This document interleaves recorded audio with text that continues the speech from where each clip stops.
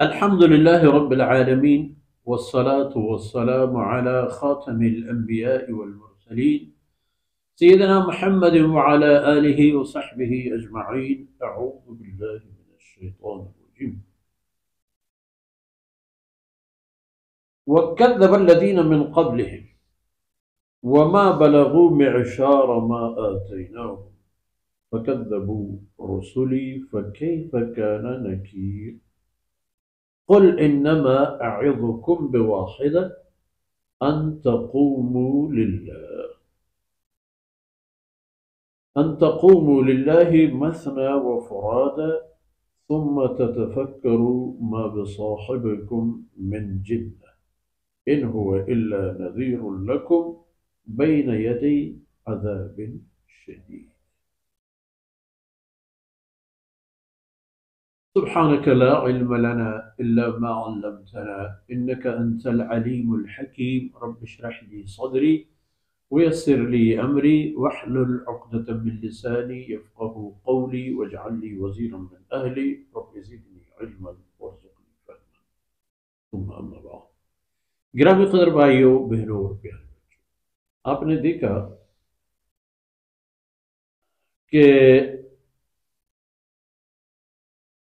اللہ رب العزت نے ہمیں فرمایا کہ ان لوگوں نے آپ صلی اللہ علیہ وسلم کی خلاف بغاوت کی، آپ کی فرمودات قبول نہیں کیے، آپ کو خاطر نہیں لایا، حالانکہ ان کی تو کوئی ماضی کی ایسی دلیل اور حیثیت نہیں ہے کہ وہ حقیقت کو جھٹلائیں، کیونکہ ان کے پاس کبھی کوئی کتاب ہی نازل نہیں ہوئی، کوئی رسول نہیں آیا۔ اب فرماتے ہیں کہ وَكَذَّبَ الَّذِينَ مِن قَبْلِهِمْ، یہ آج کے جتنے کفار و مشرکین ہیں ان سے پہلی قوموں کا ذرا جائزہ لیا جائے، ان کی تاریخ دیکھی جائے، تو فرماتے ہیں انہوں نے جھٹلا دی پیغمبروں کو۔ کذب الذین من قبلہم، ان سے پہلی اقوام جو گزری ہوئی تھی انہوں نے انبیاء علیہ السلام کی تکذیب کی، اور ان کی یہ حالت ہے کہ وما بلغوا معشار ما آتیناہم، یہ مشرکین مکہ اور جزیرۃ العرب اور آپ صلی اللہ علیہ وسلم کے زمانے کے جو مشرکین و کفار تھے وہ ان تباہ شدہ قوموں کی 10واں حصے کی بھی برابر نہیں، یہ ان سے اتنے پیچھے، اور وہ لوگ طاقت اور حیثیت میں ان سے اتنے آگے۔ فَكَذَّبُوا رُسُلِي، ان قوموں نے، اللہ فرماتے ہیں، میرے نبیوں کی تکذیب کی۔ فرعون نے سیدنا موسیٰ علیہ السلام کی تکذیب کی، قوم عاد و ثمود نے اپنے انبیاء علیہ السلام کی تکذیب کی، حضرت ہود اور حضرت صالح علیہ السلام۔ جن قوموں نے تکذیب کا راستہ اختیار کیا، فکے فکانا نے کیا، جا کر دیکھ لو پکڑ کا بے معنی اور انداز کیا ہوا، اور ان کی جو انکار تھا اس انکار کا انہیں صلہ کیا ملا، اس انکار کے بجائے اور اس انکار کے بدلے میں وہ کہاں تک پہنچ گئے؟ کہیں نہیں پہنچ سکے، تباہی نے ان کو دبوچی۔ تو یہی حالت تمہاری ہوگی، بجائے اس کی کہ تم اپنے آپ کو تباہی کے سپرد کر دو، تباہی سے بچو، نکل جاؤ اللہ اور اس کے رسول کی طرف۔ قل انما اعظکم بواحدہ، میں تو ایک بات کی طرف آپ لوگوں کو بلاتا ہوں، کلمہ لا الہ الا اللہ اور اللہ رب العزت کی وحدانیت، ایک ہی بات کی طرف دعوت،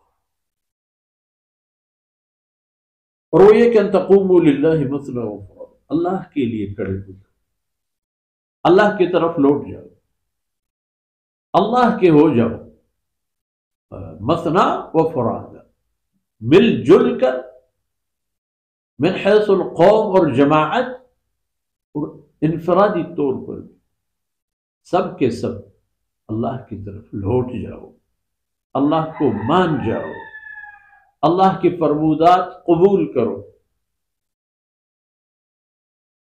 ثم تتفکروا، پھر سوچ بھی لو، ہمیں یہ کچھ کہنے والے، ہمیں ان تمام رستوں پر چلانے کی ترغیب دینے والے کون ہیں؟ یہ تو محمد صلی اللہ علیہ وسلم ہے۔ تو اگر محمد صلی اللہ علیہ وسلم ہے تو کیا ہوا اسے؟ ان کے عادات و اطوار 40 سال پہلے انسانی ہمدردی، انسانوں کا بھلا سوچنا، نیکی کا ہر کام کرنا، ہر ایک کے ساتھ شفقت و مہربانی اور رحم و رحمت کی صورت میں پیش آنا، وہ تو اب بھی ہے۔